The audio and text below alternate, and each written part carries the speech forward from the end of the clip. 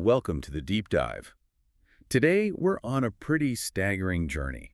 We are going to try and boil down millennia of North American history into one conversation. It's a huge undertaking. It really is. We're mapping the continent's origins, from the very first ancient migrations all the way to the complex cultures that grew up here, and then finally to that moment where the 13 colonies are about to, well, to ignite a revolution. And the sources we're looking at, they really do challenge some of the older assumptions. They absolutely do. We're talking about covering genetically unique populations from 12,000 years ago, and then jumping forward to the socio-religious structures of the Mississippian people, and then, of course, that devastating collision with Europe. The scope is massive. Geographically, temporally, it's all over the map. Exactly. We're going from, the frozen parts of Alaska down to the Great Mountains in Alabama, and then over to the Atlantic coast. But we're going to pull out the most essential pieces for you. Okay, let's unpack this. I think to really get it, you have to start at the very beginning. The deep history of the land itself. For a long, long time, the main theory was, a pretty simple one. Right, that it was just one big wave of migration, and that was that. Exactly. But the evidence now, from linguistics and especially from DNA, it confirms people were migrating from Asia far earlier, maybe as early as 40,000 years ago, likely across the Bering Land Bridge, right up until about 12,000 years ago. And what's so amazing is how one specific discovery can just blow up that simple narrative. Yeah. The sources point to the Tanana Valley in Alaska, right, at the Upward Sun River site. Mm-hmm. And what they found there, it just fundamentally changed the conversation. It really did. And they found the remains of an infant just 6 weeks old. Yeah. And while that's, heartbreaking on a personal level, what they learned from it scientifically is just startling. The DNA analysis? The DNA analysis showed this infant was part of a population that was genetically distinct, completely separate from other native groups in the New World at that time. Precisely. It was a previously unknown lineage. An archaeologist, Ben Potter from the University of Alaska Fairbanks, he's the one who named them the ancient Beringians. So not just another subgroup. No, not at all. They split off from the ancestors of other Native Americans very, very early on. This genetic isolation tells us that the whole process of populating the continent was messy. It was a complex series of movements and splits over thousands of years. So there were diverse groups right from the start. It puts a whole new lens on the idea of the first Americans, doesn't it? It does. So if the far north gives us that origin story, we kind of have to shift gears and head south to see what happened next, to see the peak of indigenous complexity before the Europeans arrived. And for that, we're going thousands of miles and thousands of years to the southeastern United States, to what we now call Alabama. And the story there is one of just extraordinary cultural achievement. It is. From about 1000 to 1600 CE, you have the Mississippian culture dominating the region. And this wasn't a nomadic hunter-gatherer society. This was advanced agriculture. Settled communities, coordinated labor, centralized power. All of it. And the scale of it is what gets me. The main center was the Moundville archaeological site in Alabama. And when we say mounds, we're not talking about little hills. No, this was a city, a genuine urban center. In fact, Moundville was the second largest complex of its kind in that era. The only place bigger was the city of Cahokia, just across the river in modern-day Illinois. Right. But Moundville is special because it gives us this incredible window into their spiritual lives. Through the artifacts they found there, right? Ah. The carvings, the iconography. This is where scholars piece together what they call the Southeastern Ceremonial Complex, the SECC. The SECC is really our main lens for understanding their entire religious system, their cosmology.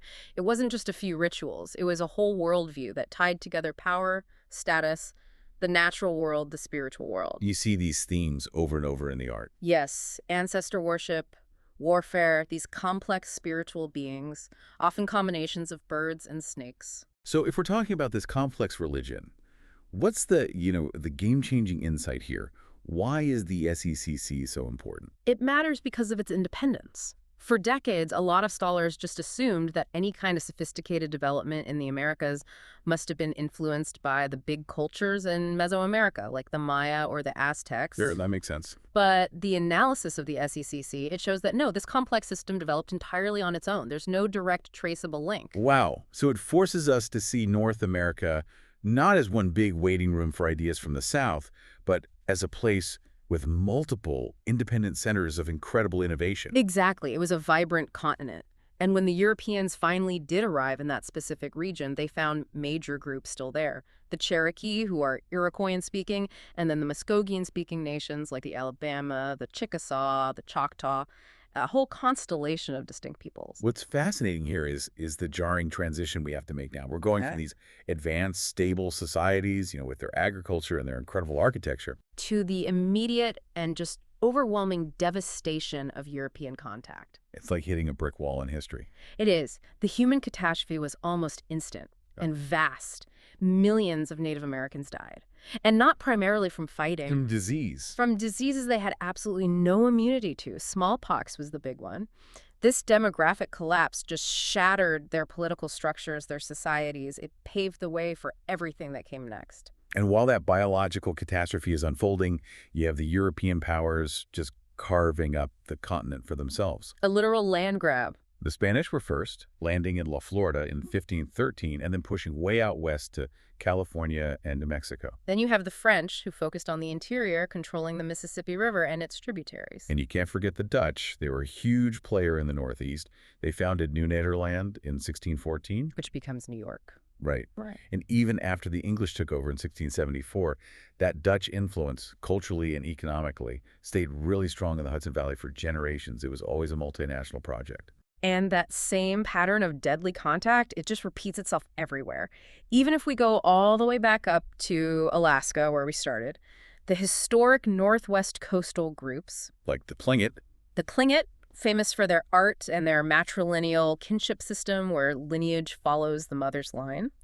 They and other groups like the Haida and the Tsimshian, they face the same tragedy. Smallpox. Devastating smallpox epidemics. The big outbreaks in the 1830s and 1860s, they didn't just kill a huge number of people, they caused total social collapse. Governance systems, cultural knowledge, all of it disrupted. So this sweeping devastation is happening all over the continent at the same time that the English are digging in on the Atlantic coast.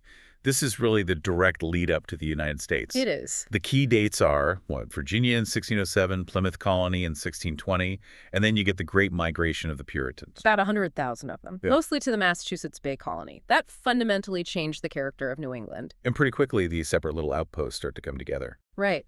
By 1732, the whole collection is basically in place. Carolina splits in two. In 1729, Georgia is established in 32, and there you have it, the 13 colonies. And they had their own local government, sure, but they were still very much under England's thumb. Absolutely. Politically and economically, they were subservient to the crown. But the entire foundation of this new colonial project, this emerging American identity, is built on a horrifying contradiction.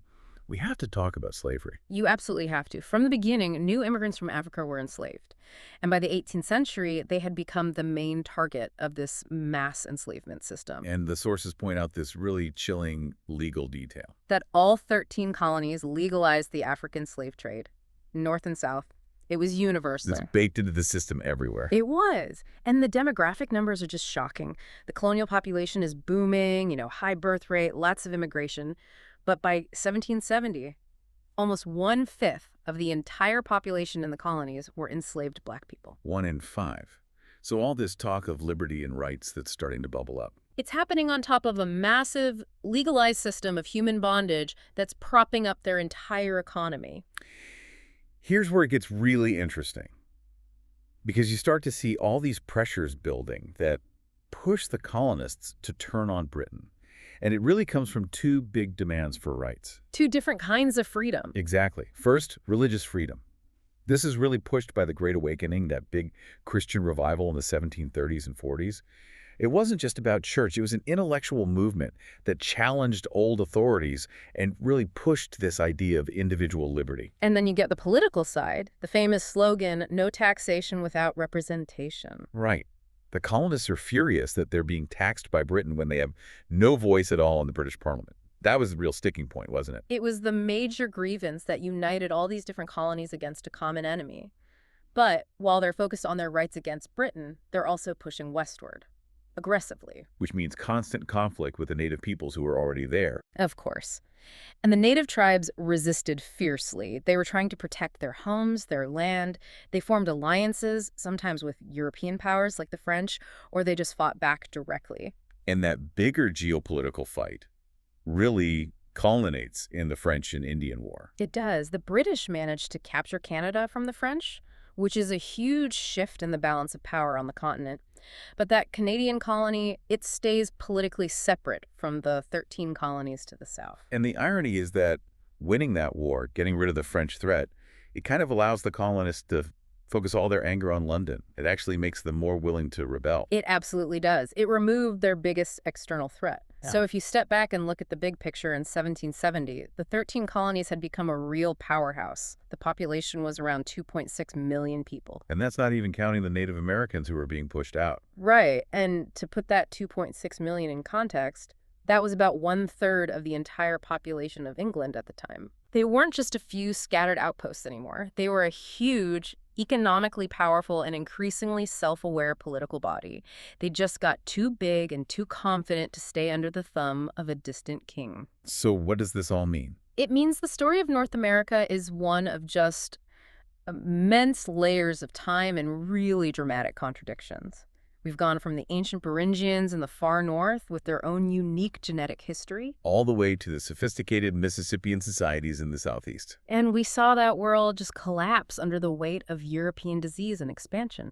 So by the 1770s, you have these two defining crises running side by side. You have the ongoing native resistance to colonial expansion. And at the exact same time, you have the colonists' political resistance to British rule. It's that messy, powerful, complicated collision of events that really defines the birth of America. It certainly is. And as you think about all this, here's a final thought for you to take away. Given that a cultural center like Moundville developed its complex SECC religion completely on its own, with no help from Mesoamerica, what other fundamental belief systems, totally foreign to European ideas, were lost when disease wiped out these huge populations? And how did the very different geographies of, say, early Alaska versus the river valleys of Alabama shape two completely different but equally American early histories? Something to think about as you continue your own deep dive.